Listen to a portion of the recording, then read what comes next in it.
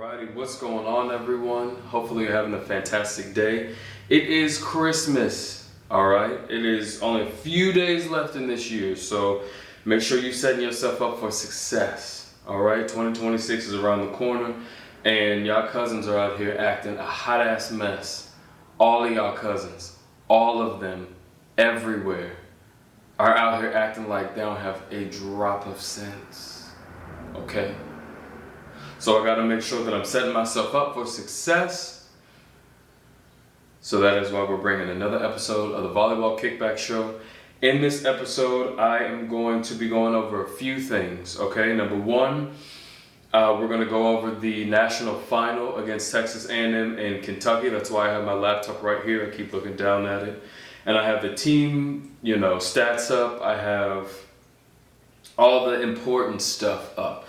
And number two, what I want to go over is how the Volleyball Kickback Show is going to be formatted from here on out, and what I want to go back to doing on this channel, and which really does bring me to number three, which is the kind of content that I'm going to be putting out. So, if you are interested in finding some new volleyball to follow, some new information, some new events, some new things of that nature, then make sure you hit my subscribe button on this channel. It helps out so much. I do want to get to 200 before the end of the year. Now, I've had plenty of opportunity and I have not taken it, so if that does not happen, it does not happen. However, the numbers are going up, so I see that as long as I keep doing this, I'll be fine. But make sure you like the video as well, and then if you could, share it to something, somewhere, somehow. And then make sure to hit the notification bell as well, because like I said, later on I'm going to be changing the Volleyball Kickback Show up to do more interview-esque information and content. But then also I'm going to have some educational and some fun stuff out also on my channel as well. I do need to eat as well. So eventually, I want to get this done as soon as possible. First on the mood board, okay, we have Texas A&M and Kentucky. They went at it on December 21st against each other in the national final of the NCAA Division I Collegiate Indoor Volleyball match. Okay, like how I said myself. It was a good match. What do y'all think? Was it a good match? Was it a bad match? Did you get what was expected? Did you not get what was expected? I'm going to let y'all know this right now. Okay? And thank you to those who watched the last 3 episodes of the Volleyball Kickback Show, because if you did, you would know that I predicted that once Texas A&M beat Nebraska, they were going to not only sweep Pitt, but they would also sweep who I thought was going to be Wisconsin, okay? Now, you can watch those videos, you can find out why Wisconsin didn't make it where they needed to be, where they wanted to be. Keys to success for both teams, you can go back, you can watch those. They're really short. But I'm not going to jump into it in this episode. But just know that Texas A&M and Texas A&M fans, after y'all reverse swept Louisville, and the way that y'all played in that 5th set, I knew that y'all were going to be the national champions. And I'm so glad that y'all went out with that same energy that I was putting out into the universe and claimed that national championships. And congratulations.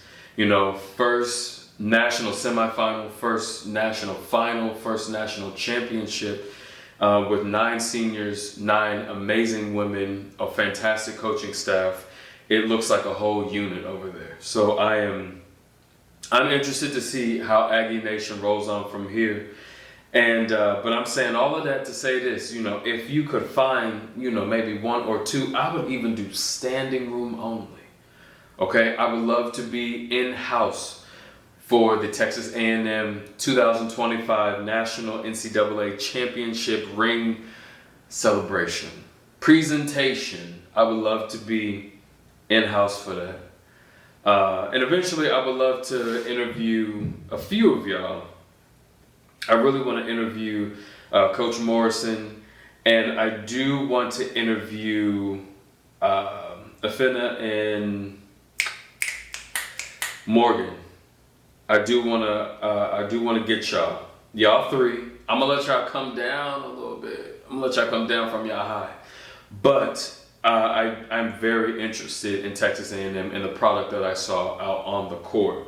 Even in the interviews, the pre-games, the post-games, I'm very interested. So, you know, I'm just put it out there. I'll just keep reminding y'all too if y'all act like y'all don't see this. I keep reminding y'all. But let's get back to these stats, okay? My keys to the match were as they were the entire tournament. When they get on runs from any rotation. It's beautiful to watch. But Logan Lednicki, fantastic job. Beautiful, chef's kiss, leadership on point. Captain of the ship, I would say I'm very proud of you. I like your story, grew up in Aggie Nation, you know, your dad played football. That was really cool. That makes me really happy just to see what you were able to put in your family history. And that was just a little piece of, you know, what you'll always share with your family, just with us, your fans. So thank you so much for being excellent, because if you wasn't excellent, we wouldn't get that opportunity. And then, again, like I said, number one, Afena Kazapala, I really want to know your backstory. I really want to know, who do you model yourself after? Who poured into your glass? Because it's almost like a gazelle, but very much a lion, or like a pantheress of something, like a black panther, like something very stealthy, not a lot of emotion. In a title match, I did see more emotions now. Okay, because I thought you had said you was normally the calm one, but you know, I get it. It was a national championship. You just keep showing little tidbits, even when you would make an error, just like the way you would walk off the court, and the body language and the way that you interacted with your team going down, and just the way that you hold yourself accountable, but then it's not to a self-sabotage level.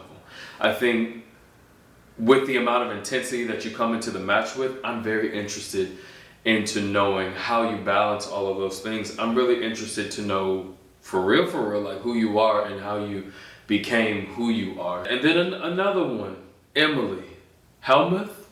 I think I said Helmuth last time, Helmuth. I didn't give you your praise, but I didn't give you your flowers as much as I should have, because when I watched the matches, it seemed as though it's like, okay, you can get sucked into number 1, you can get sucked into number 9. When I go back and I look at this stat sheet, I'm like, oh, she took 18 swings. Let me see. I think that was the same way with the pit matchup, because I was like, wait a minute now. Yeah, you took 18 swings. And you had 8 kills. So I want to see, okay, what was it for the Nebraska match? 41. Oh, you had that kind of match. Oh, wow. Yeah, you had... Emily, I'm so sorry for not putting respect on your name. I am so sorry. I didn't know that you was out there swinging for the gods. I did not know. I didn't know. I'm sorry. I now know. Emily, I'm a fan. I'm a fan. I didn't know. Where's my phone? I don't know where my phone is, but when I find, it's on the charger. When I find my phone, I'm going to follow you, okay? You're going to go back, you're going to see, okay, Crossing Courts Volleyball follows me. Which, by the way, follow me on Instagram. Crossing Courts Volleyball. All one, no, nothing fancy. Just Crossing Courts Volleyball. Easy peasy. When it comes to Kentucky, I'll give the same ones. You have Ava Hudson. You have Brooklyn DeLay, which I found out in the chat. It said it was DeLay and not DeLay. It looks like DeLay to me. We knew that they were going to take the most swings. We knew this. We knew this moving forward. We knew this in all the matches. We knew this. Okay? What I said was, in one of my previous episodes, I said Asia Thigpen has to be more of a presence from the start of the match in order for Kentucky to really be prosperous, to be an offensive threat. They really do need to be involving Asia more. And I will say from the jump, she was blocking. From the jump, we knew Texas A&M was going to get it together eventually, but she was on fire. Poor Kennedy, okay? Because they ain't really use the middles like that. And it almost seemed like Kentucky was like, well, you see Texas A&M's middles are doing this. We need you to do this.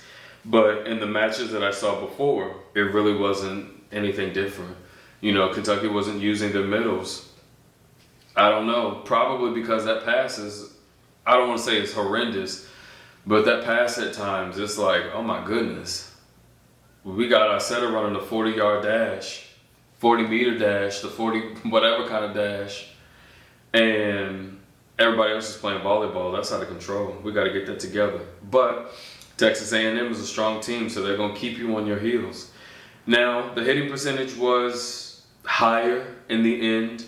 423 as opposed to that other foolishness that's going on right there. But again, credit Texas A&M because they also hit 310, you know, not as high as 423, but still 310 and still in the 200s. Kentucky they were blocking. Kentucky was putting hands on the ball, but it was at the end of the day, again, these attack errors. 23. That's out of control, okay? Service errors, 9, okay? Reception errors, 4. We can't out-error the team and win another team. Now, the only one was a blocking, but again, we're looking at it. 12 blocks, 1 solo block, 12 blocks to 8, 7 total blocks to 5. But that all adds up. Taking more swings, you gotta take more swings because the block is there. I don't know what to tell you. I mean, Texas A&M was that team for me. But that's my keys to the match. Congratulations to Texas A&M. Like I said, I knew it. I was very happy with y'all, very proud. Congratulations to the coaching staff. Congratulations to all the seniors going out with a bang. Also, just as a side note for the people, you know, that's what you get when you stick around for a program for 4 years and you invest and you invest and you invest and you grow as a team. You give yourself the opportunity instead of just hitting the transfer portal, instead of just getting up and going. You know, I don't know what the intentions are with the athlete nowadays. Everybody has their own agenda, but you know, Texas A&M is a great example of if you sit down and truly enjoy the experience and enjoy your team and are selfless, that you truly can build a program that is one of a kind. But it takes for you to truly be invested, for all pieces to be invested. So again, I'll be waiting for my invite. I'm super, super, super happy. I'm super proud of them, and hopefully I'll be hearing from them soon. So that's number one. Okay, so second topic. When I created the Volleyball Kickback show, it truly was to give representation, you know, specifically for the next generation of athletes. I wanted to create a place with crossing courts in general to be an inclusionary space where whatever you thought you could do or wanted to do, somewhere, somehow, somewhere in crossing courts, we had that space. Now, I'm just starting out. I can't fulfill that. However, I'm focusing on the volleyball aspect of it. And so what I want to get back to doing is interviewing people who look like me, black folk, people of color, okay? Not all the time, but most of the time. Players, coaches, international, you know, events, whatever the case may be. I want to make sure to bridge that gap. And just to know that there's another avenue, another outlet for the next generation of athletes. I want to be a part of that charge. And then that brings me to the third thing. The content I want to make is quite simple: how to play volleyball. I don't know if you know this or not, but I taught myself how to play volleyball. I played when I was in the Air Force, and that's where I truly fell in love with it. That's where I truly fell in love with the sound of a volleyball, with, you know, the vibe and the people and, you know, what it takes to truly be a great beach volleyball player. So I want to make another playlist. It'll just be how to play volleyball. I'll start from the beginning. you know, which volleyballs you need, which volleyballs you don't, you know, things of that nature if you're getting into the sport. I want to get back into coaching, so I think one thing I want to do is to have my podcast, the Volleyball Kickback Show, but to also have This Is How You Play Volleyball series or segment. And then I want to have like events or, you know, any live streams, any things that I do. Another thing I want to do is pick up games. So make sure that you're following me on Instagram. Have a fantastic rest of your day. I am going to order something to eat because I'm very hungry and I don't feel like cooking. All right, team, have a fantastic day. And until the next one, take care. Merry Christmas.